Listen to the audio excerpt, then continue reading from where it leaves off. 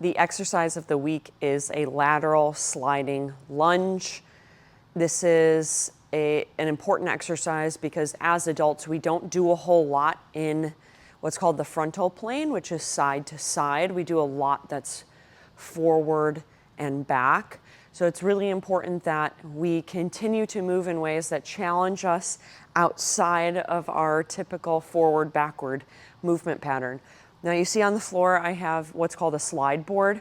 So we have these at the gym, but often they're not something you'll find everywhere. So the other thing you can use to do this exercise is a sliding disc. I'm going to show you how to do these on a slide board, but everything I show you on the slide board you can do with just the sliding disc on any hard surface, or like we do, if you have turf, you can put the hard side of this disc down on the turf and it slides very easy. So because I'm using a slide board, I'm going to use the soft side of this sliding disc and put it here. In the lateral slider lunge, I'm going to have one working leg, or my stance leg, and then one leg that slides.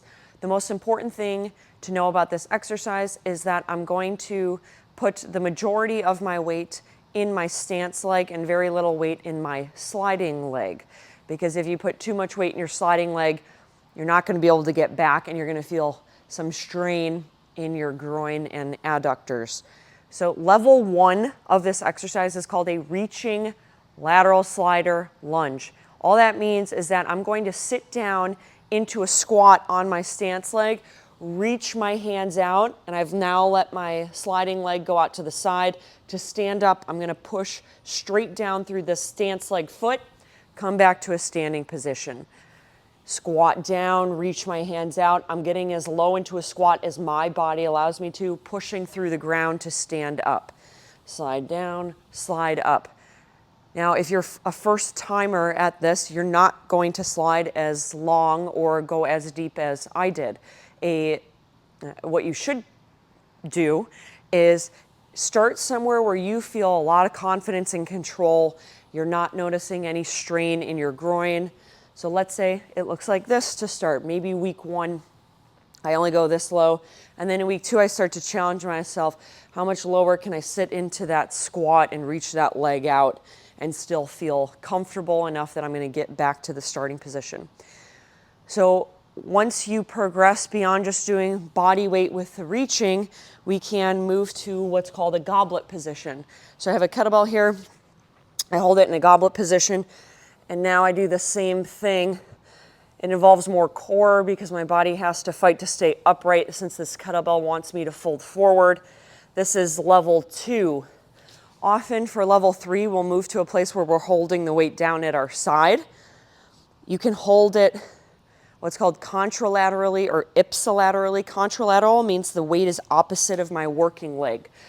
So when I'm holding the weight here, I'm simply sliding it down, tracing the inside of my stance leg, and then coming up.